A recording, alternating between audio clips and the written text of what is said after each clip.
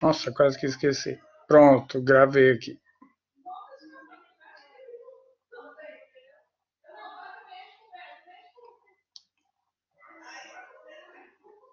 Botei para gravar, tá?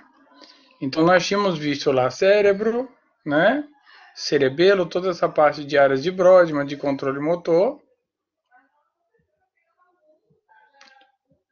Agora nós vamos ver o tronco encefálico. Então, quem é o tronco encefálico, tá? Essa parte aqui, ó, mais central. Deixa eu ampliar. Ó, daqui, dessa região do forame magno, que está aqui, ó. Então, nós temos bulbo até aqui. Daqui até aqui, ponte. E aqui, mesencéfalo. Beleza? Então, bulbo, ponte e mesencéfalo. Por que na verdade é chamado aí de tronco encefálico? Porque parece o tronco de ser uma árvore e aqui o tronco, beleza? E seguindo aqui embaixo nós temos a medula, tá? Então qual é a composição desse tronco encefálico e da medula? Eita, não sei nem o que eu fiz aqui não. Ah.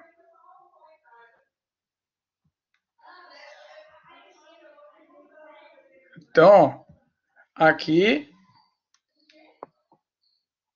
saindo aqui, ó, da área de movimento, desce o axônio, que vai passando aqui, ó, e que vai exercer já o controle de movimento lá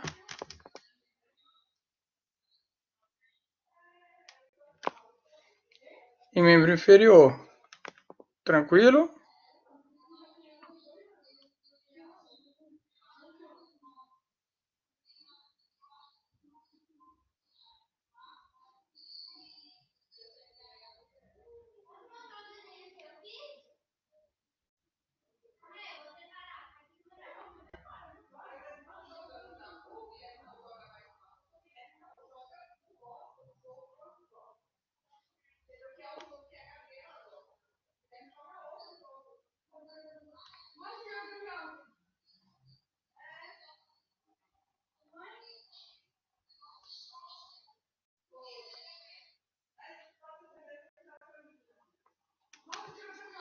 Então, a composição do tronco encefálico é a mesma do nosso cérebro, neurônio, né? Então, corpos de neurônio ou axônio.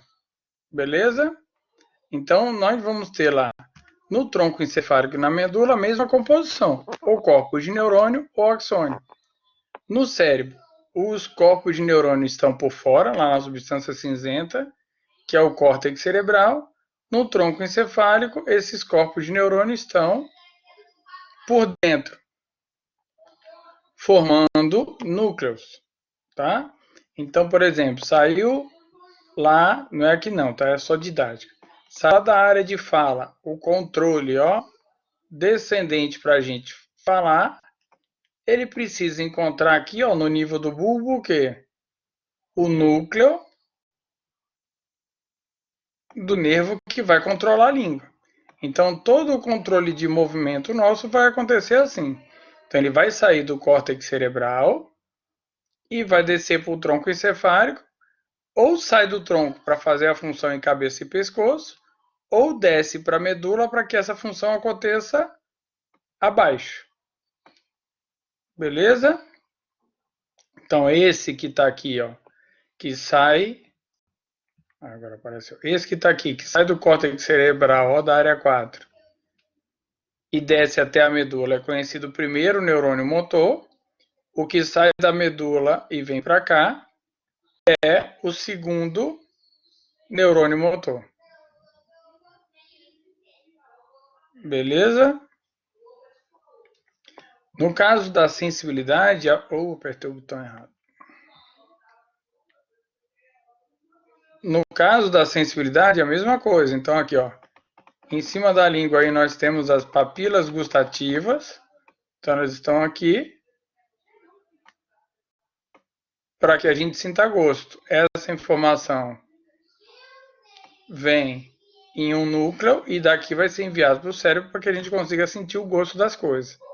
Então, o tronco encefálico, assim como outras estruturas, vai ser composto por vários neurônios ascendentes e vários neurônios descendentes. Então, na história aí, por exemplo, a teoria de tudo, o que acontece? O movimento que sai daqui, ó, que deveria vir, trafegar por aqui,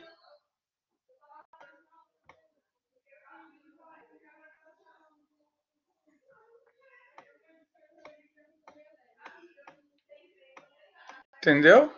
E aí, ó, o neurônio desce daqui e ele segue para a medula. No caso do filme A Teoria de Tudo, o que aconteceu com Steve Hopkins lá?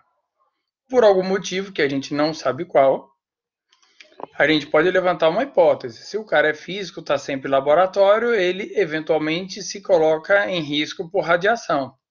Tá? Então fiquem espertos vocês também com radiação lá em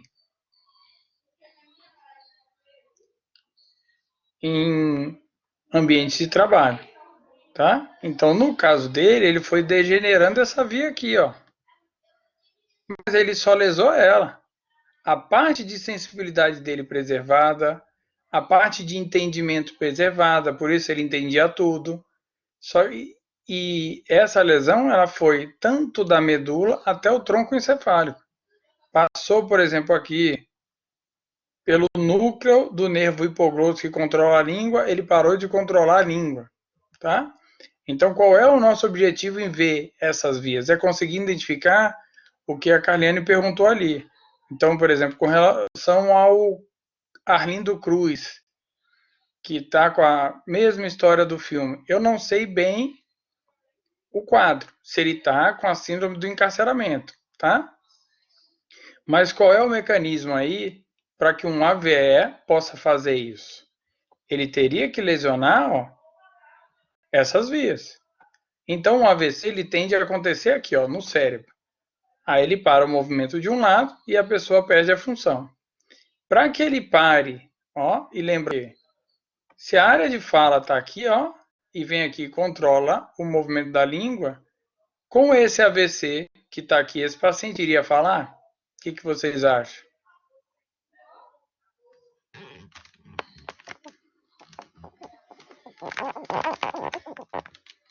Então, ó, tá vendo que o caminho é outro? Ó, o caminho está vindo por aqui, ó, para controlar a língua. Então, se ele lesa aqui, ele para o movimento, ele perde a sensibilidade, mas ele mantém a fala.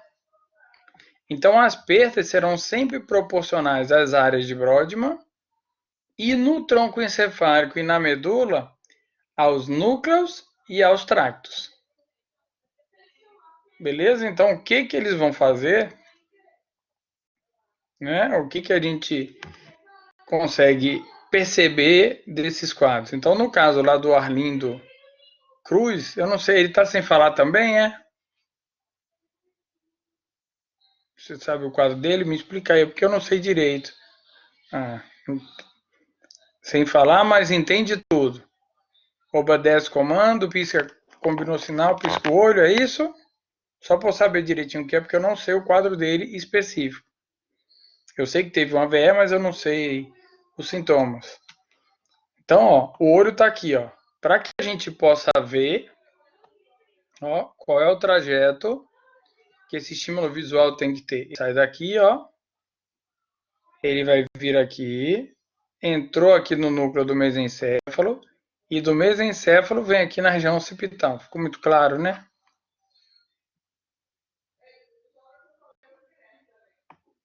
Então aqui, ó.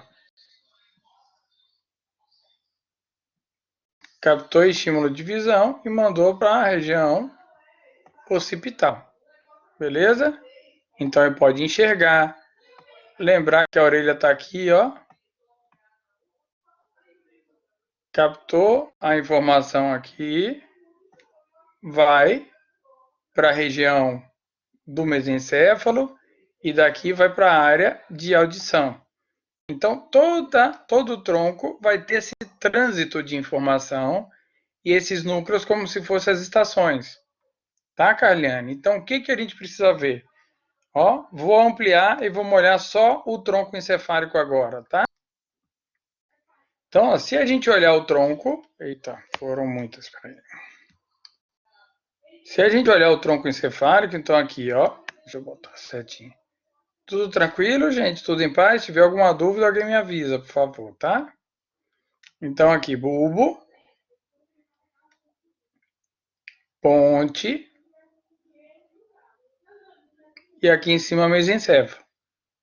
Então essas regiões, ó, pintadas, são os vários núcleos que estão nele, assim como a gente vê aqui. Ah, então o núcleo do nervo facial, o que que isso quer dizer? Quer dizer que aqui estão os corpos de neurônio do nervo facial.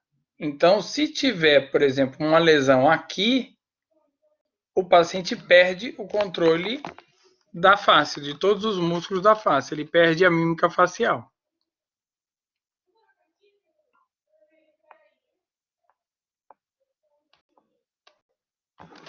Tá? Então, cada núcleo desse vai ter uma função. Se ele lesa esse núcleo aqui, ó, esse amarelo que está aqui, é o núcleo do hipoglosso. Aí ele pode não falar, como o caso aí, por exemplo, do Arlindo Cruz. Então, lesou aí o núcleo, ele perde. Não é bem, seria uma paralisia facial, tá? Então, derrame facial, popularmente o pessoal fala, tá? Mas não existe esse termo, tá? Ele tem uma paralisia facial, então tá aqui a causa. Mas então a lesão foi pequenininha. Às vezes a gente vê o pessoal falar isso. Nossa, teve uma lesão pequenininha de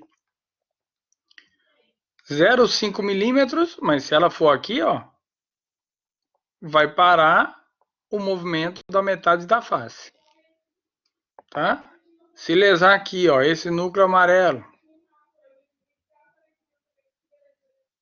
vai perder a capacidade de mexer a língua,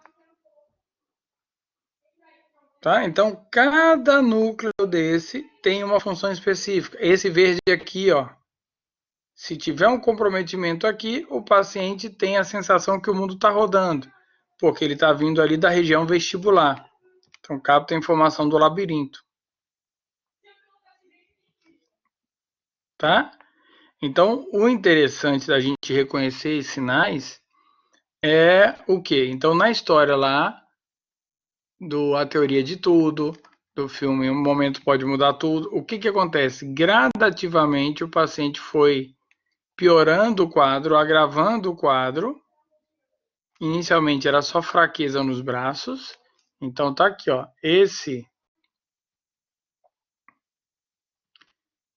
isso que tá aqui em vermelho, ó.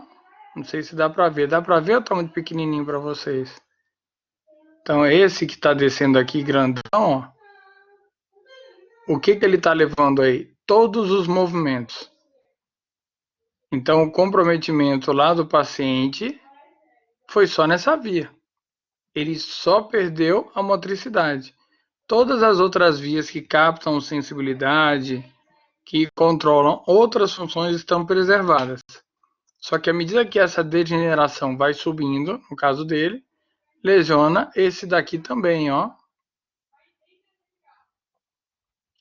Então, se ele lesa essa região aqui, ele vai deixar de controlar, ó, o trigêmeo. Então, o paciente já não consegue engolir. Ele vai engolir não, desculpa, mastigar. Trigêmeo é mastigação. Então, ele já vai ter uma dificuldade na mastigação, vai alterar a mímica facial, tá? Vai alterar aqui, ó, o controle da língua. Então, como que a gente sabe que o paciente vai ficar grave? Na história do filme lá foi perfeito. Foi mostrando que começou na mão, depois começou no pé, foi sendo ascendente, ele passou para a cadeira de roda, tá? Ainda na cadeira de roda ele teve filho, que todo mundo achou até que o filho, né?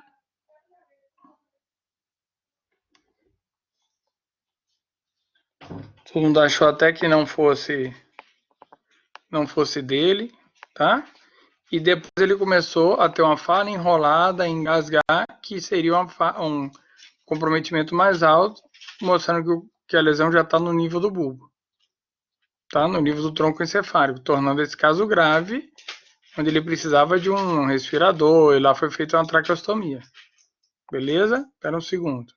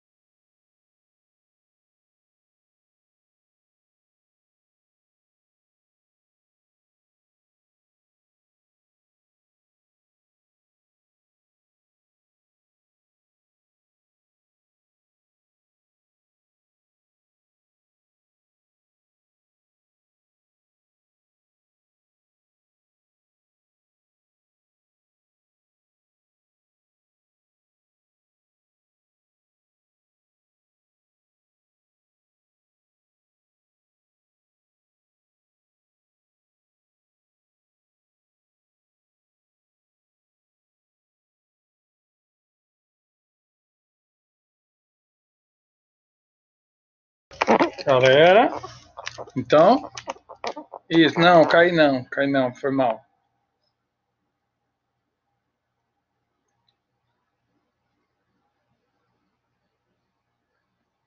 Então, essas vias, essas setas compridas, por exemplo, essa seta que está aqui, ó, vermelha descendo, ela está conduzindo a parte de controle desses núcleos que estão aqui e também exercendo um controle abaixo. Então, desce com o movimento e controla os núcleos do tronco encefálico. Beleza? Então, nosso objetivo é conseguir reconhecer quais núcleos estão em cada nível, para que a gente consiga perceber o sintoma que o paciente tem. Porque ele pode estar chegando para um determinado, né, chegando em um determinado quadro onde ele não pode mais estar, por exemplo, em uma cidade que não tem um respirador. Por quê? Porque aqui nós temos também, ó, o núcleo do nervo vago, que controla frequência cardíaca. Nós temos um núcleo aí que controla a frequência respiratória. Então, o bulbo tem essa função vital de controlar a frequência cardíaca e frequência respiratória. Tá tranquilo aí? Eu passei uma atividade, vocês vão ver lá, para essa semana, que nós vamos fazendo ao longo das outras semanas, que é o quê? Nós vamos tentar organizar por cada nível aí do tronco encefálico, bulbo, ponte, mesencéfalo, os núcleos e as vias que estão passando. Hoje nós vamos ver o bulbo, tá? Que é essa parte mais inferior. Semana que vem é a ponte e na outra o mesencéfalo. São esses níveis do tronco encefálico para a gente reconhecer. Sim. Então, ó, quando a gente vê lá algum tipo de alguém investiga algum óbito, que o legista, o perito, fala que foi, né, execução, é porque a lesão é no bulbo. Então, lesão na nuca, né, tiro na nuca, gravíssimo, tá? Então, o bulbo ele é grave por quê? Porque ele tem lá frequência cardíaca e frequência respiratória, e é uma área muito pequena. A gente colocou aqui enorme, mas essas áreas são pequenas. Tá?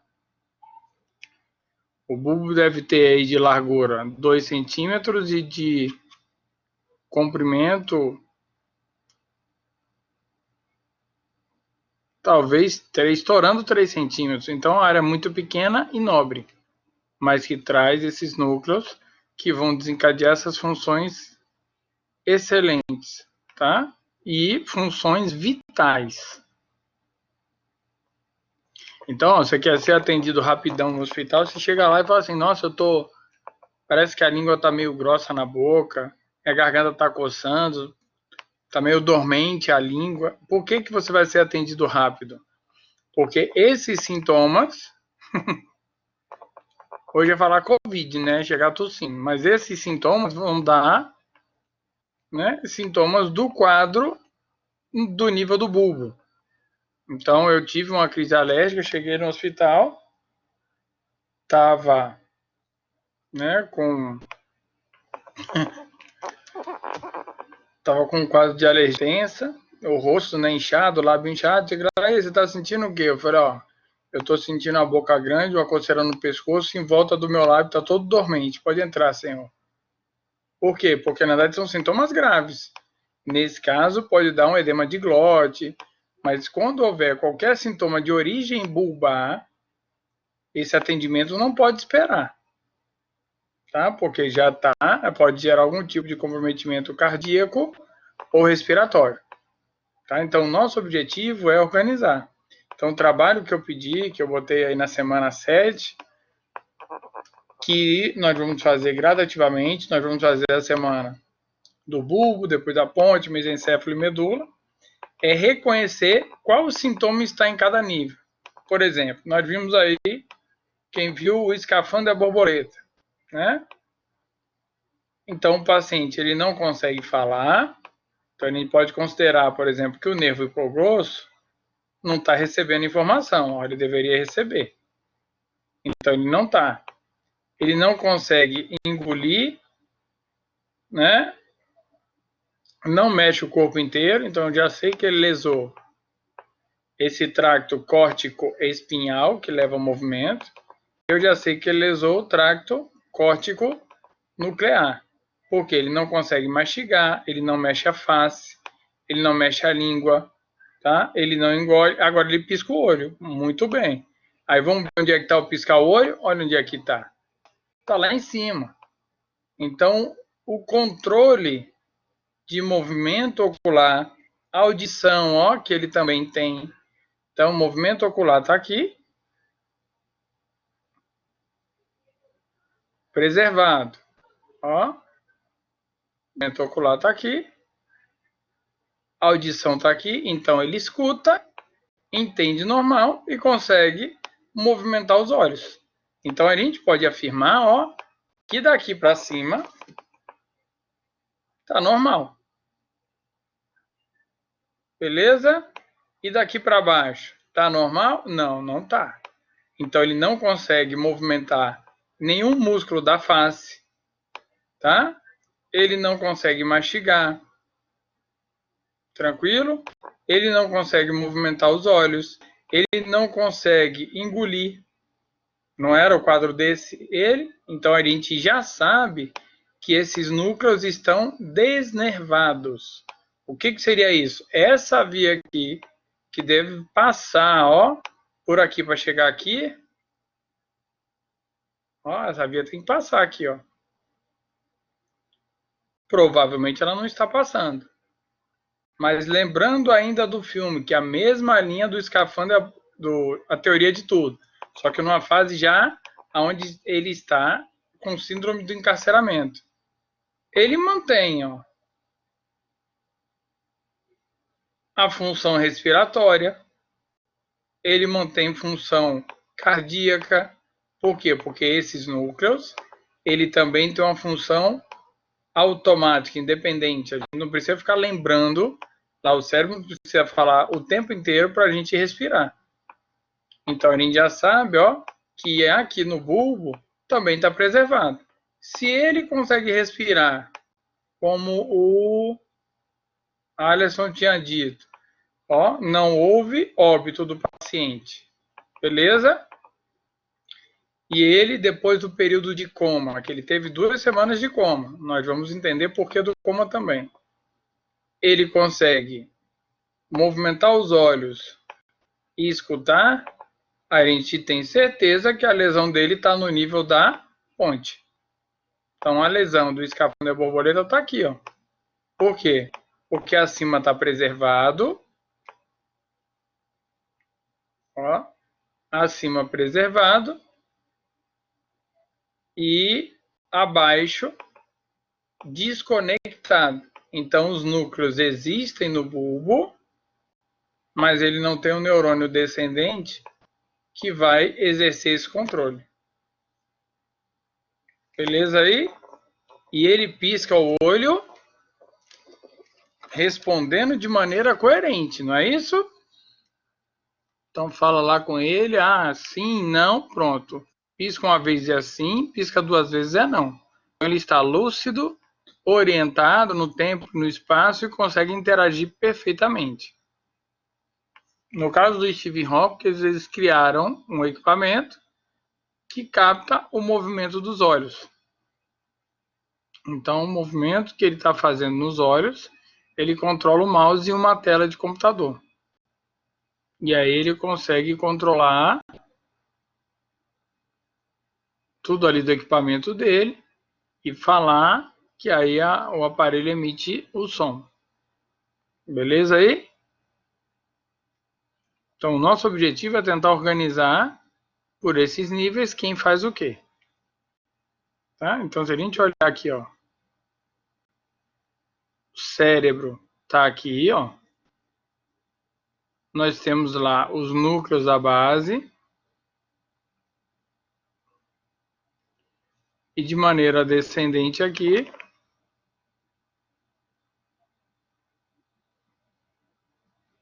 temos lá os núcleos também, ó, do mesencéfalo, da ponte e é mais abaixo do bulbo. Então, o tronco encefálico é formado por esses vários axônios que estão trafegando aqui, mas tem vários locais com corpos de neurônio também, onde serão feitas as sinapses. Por que existem esses núcleos? Eles vão existir para captar informação do ambiente, eles vão existir para emitir uma resposta para o ambiente também. E vão mudar a direção de uma informação. Então, a informação está sendo descendente aqui, ó, está descendo, ó. Mas no meio desse trajeto encontra um núcleo e desse núcleo ela segue para o cerebelo. Então, o núcleo também serve para mudar a direção de qualquer estímulo. Beleza?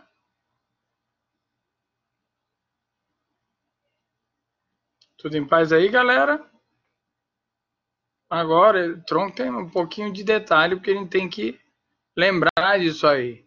Então, no resumo, vai só anotando esses núcleos, aonde eles estão e o que eles fazem. Porque, ó, vocês vão ver pacientes, né, ou nós mesmos, que vão tomar determinados remédios, esse tem um pouquinho de detalhe, tá?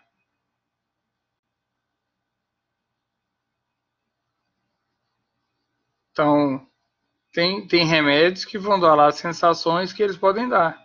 Então, tomou lá um ansiolítico, antidepressivo, porque ele coloca lá como de grande importância a sensação de boca seca, porque o núcleo salivatório está no nível do bulbo.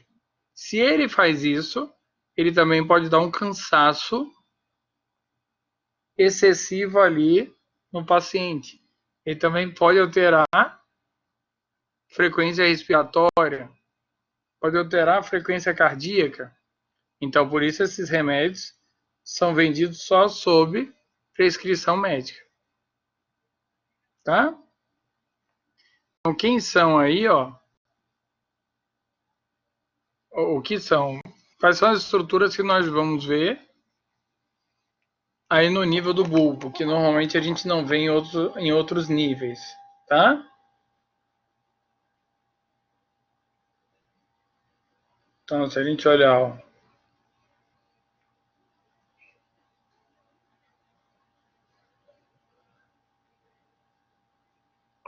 o cérebro tá aí, um leve edemazinho que é ruim de desenhar aqui, tá, gente? Cerebelo. Que bulbo? Vou fazer desproporcional. Então, bulbo,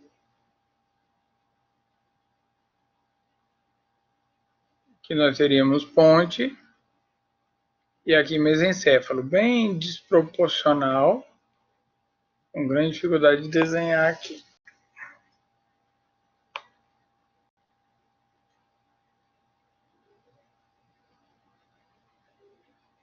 Eita, pronto.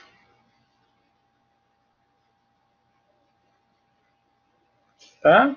Então, o que que é aí? O que que nós vamos ver no bulbo? Então, o bulbo está aqui, ó. Nós vamos ver esses núcleos que são próprios do bulbo. O que que isso quer dizer? Quer dizer que a gente só encontra nele. Então, o bulbo é fundamental, ele é vital. Por quê? Do bulbo sai núcleos que vão controlar frequência cardíaca, beleza? O diafragma, então vão controlar a respiração, beleza? Então, no bulbo, ele é considerado vital por causa disso. E o que, que ele tem aí também de uma estrutura muito importante, que a gente sabe que existe, mas não sabe por que, que existe. Então, o movimento que está saindo aqui, ó, do cérebro, o neurônio que está descendo com o movimento, chega no nível do bulbo, ele cruza para exercer o controle do lado oposto. Beleza? Então, ó, esse cruzamento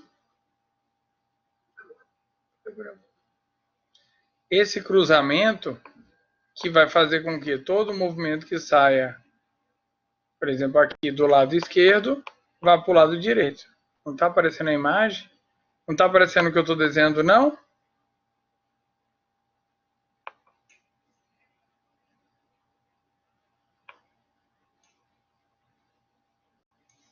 Aqui, ó. Aqui em cima, um 4. Apareceu agora aqui?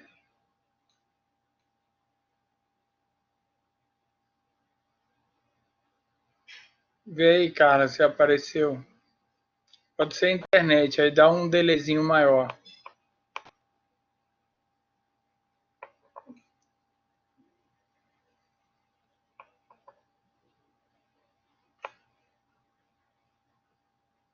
Tenta entrar e sair de novo, por favor. Entrar e sair não, né? Sair e entrar.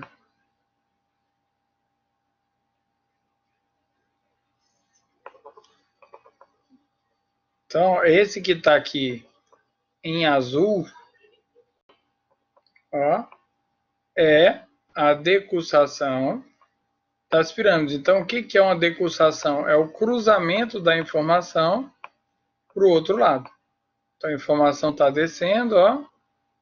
Como ele vai fazer isso dos dois lados, quando ela desce aqui, fazendo os dois, fica aparecendo uma pirâmide, por isso recebeu esse nome.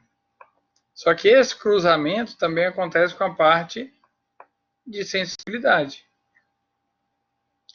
Então, a sensibilidade está subindo lá pela medula, chega aqui, a cruza para ser enviada para o outro lado.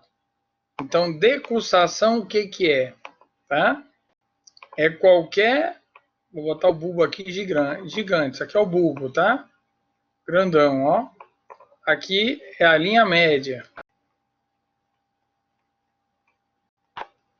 Igual tá aqui, ó.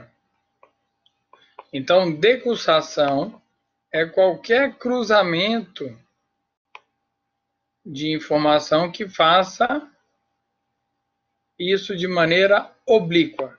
Então, ele está vindo de maneira oblíqua aqui, ó. Isso é chamado de decussação. Tá? Então, por isso que tem lá uma lesão do lado direito do cérebro, vai perder o movimento do lado esquerdo.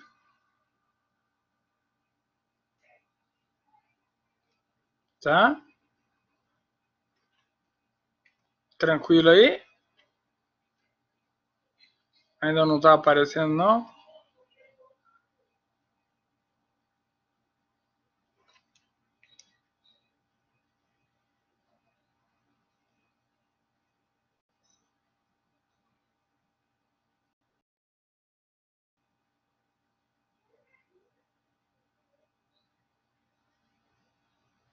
Tá claro, gente? Alguma dúvida aí? Como é que tá?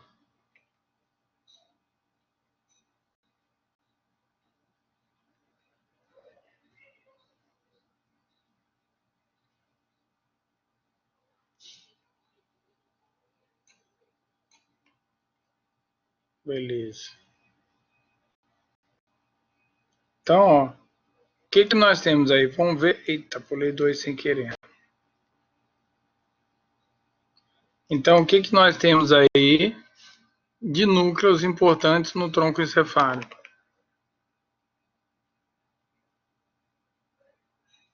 Então, um grande núcleo que nós temos é esse aí conhecido como formação reticular.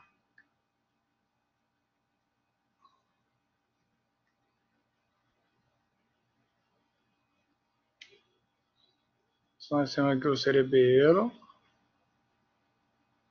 ponte, ó, bulbo aqui embaixo,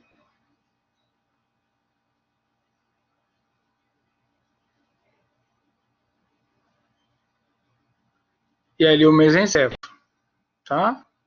Lembrando que a cabeça está aqui.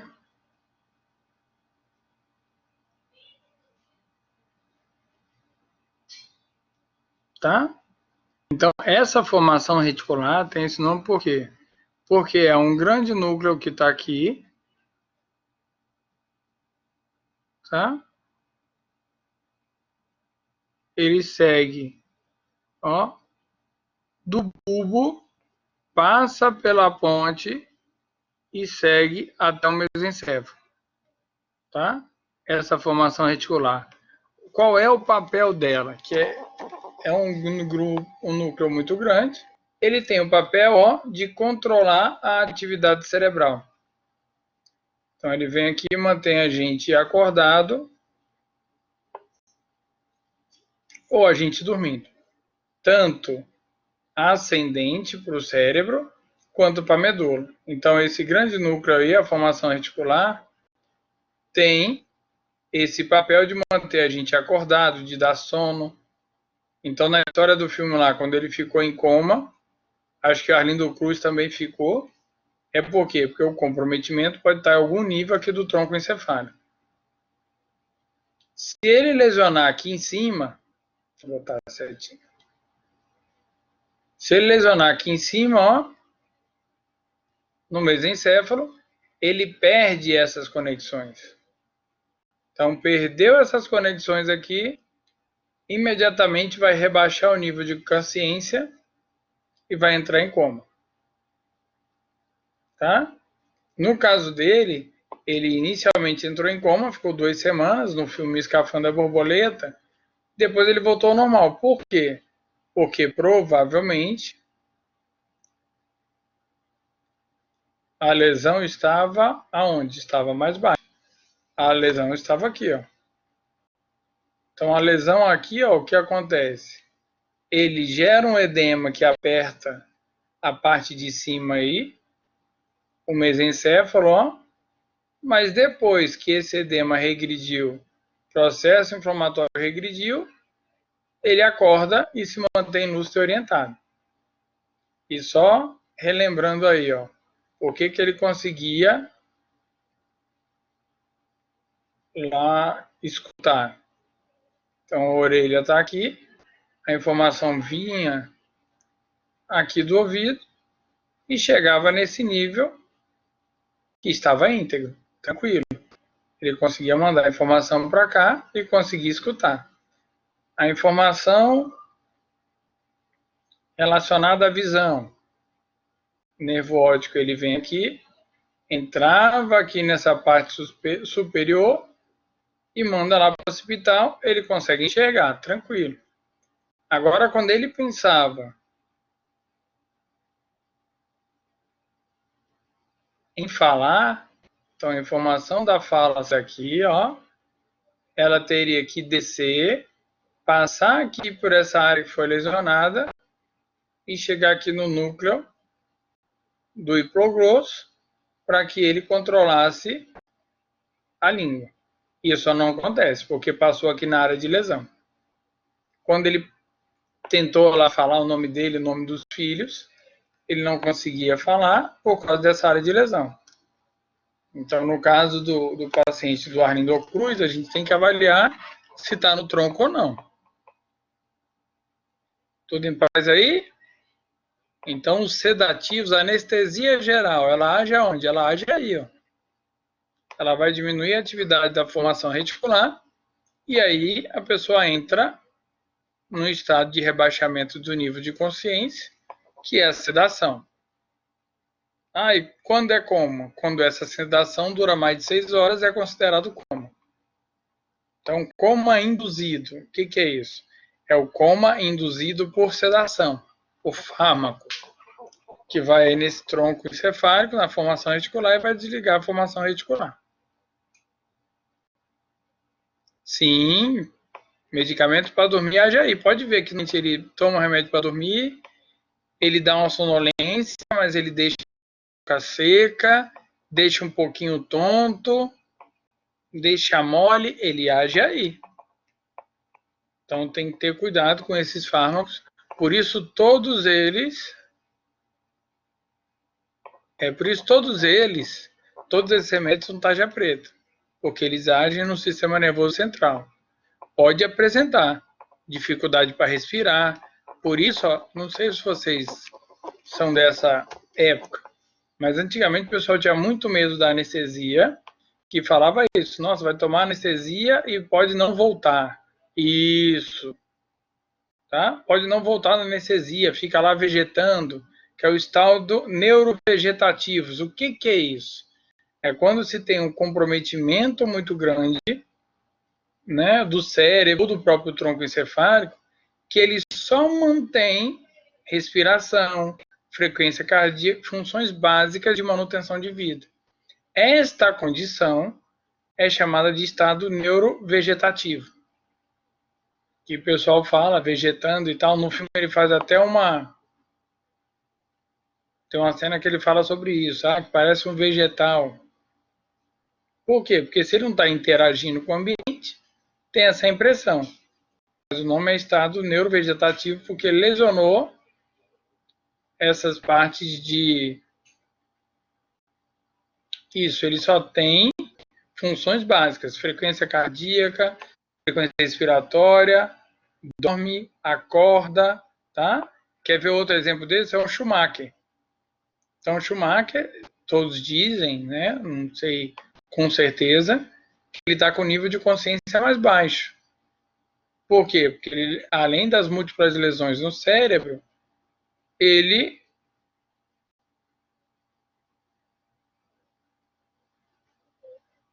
além dele ter múltiplas lesões, ele pode ter lesionado o tronco. Então, esse medo aí, ó, como a Carla colocou, quando a pessoa não volta do coma induzido, é o quê? É que muito provavelmente ela já foi colocada em coma induzido para proteger o cérebro dela por algum motivo, e ainda assim ele não foi protetor, então a lesão cerebral foi maior. Ou cerebral ou de tronco encefálico, o que faz com que ele fique em coma direto. Tá? Ou a lesão foi agravada, ou o paciente teve um comprometimento já grande demais no tronco encefálico que não conseguiu acordar. Beleza aí? Então, essa formação reticular que mantém a gente acordado, que dá sono, participa da integração de alguns reflexos. Como? Você está vendo aí na televisão um monte de barata, um monte de aranha que cai uma folha em cima de você. Você vai levar um susto enorme porque a formação reticular já deixou o seu cérebro bem ativo para você responder ao ambiente. Tá?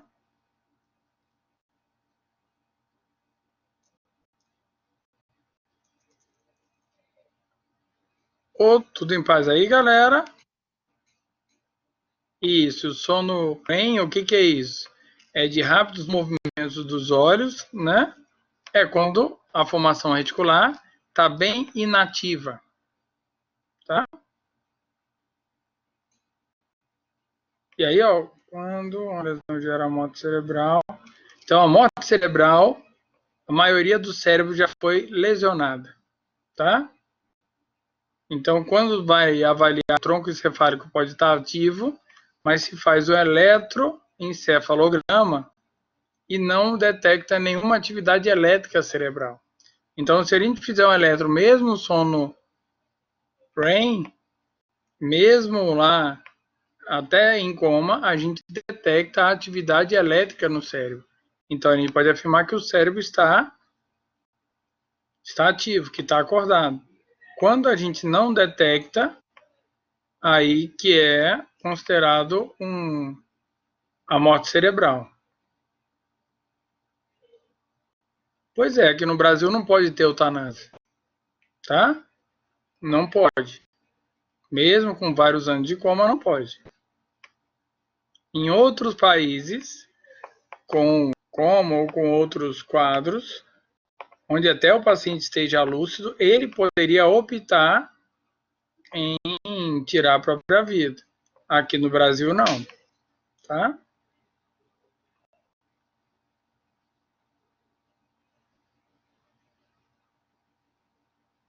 Então, no caso da história aí do seu tio, provavelmente aí ele rompeu esse aneurisma, né? Muito comum no nível ali do polígono de Willis, na base do cérebro, e ele pode ter comprimido o sangue, pode ter lesionado a parte de cima ali do mesencéfalo, que aí ele perde essa capacidade de ativar de novo o cérebro.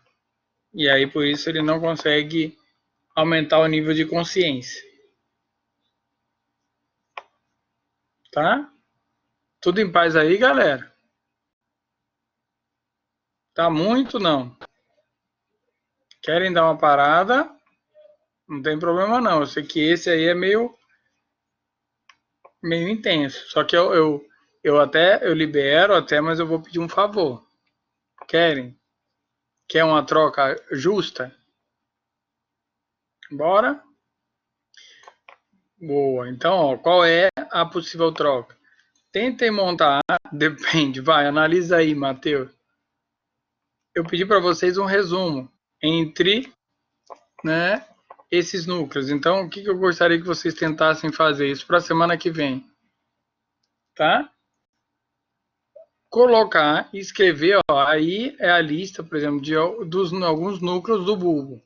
Então, descrever sobre bulbo e ponte, quais são os núcleos que estão lá e quais as funções do bulbo e da ponte, tá?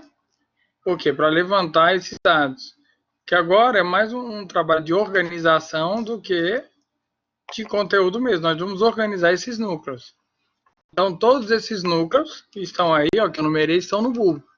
O que eu gostaria que vocês fizessem, por favor? Tá até o guia no ambiente virtual. No livro Neuroanatomia Funcional do Ângelo Machado, tem esse guia melhorzinho. No final de na última página de cada capítulo, por exemplo, na última página do bulbo, aparece já esse resumo que eu estou pedindo para vocês. Na última página do capítulo de ponte, aparece essa lista desse resumo que eu estou pedindo para vocês. Pode ser? Vocês tentem montar isso? Pode ser? E aí a gente para aqui e segue daqui para frente. Só que aí vocês vão corrigindo isso ao longo da aula. inicialmente para estudar. Quando tudo estiver feito, estiver pronto, aí você manda para mim lá como atividade. Tá bom? Mas nós vamos fazendo por semana. Certo?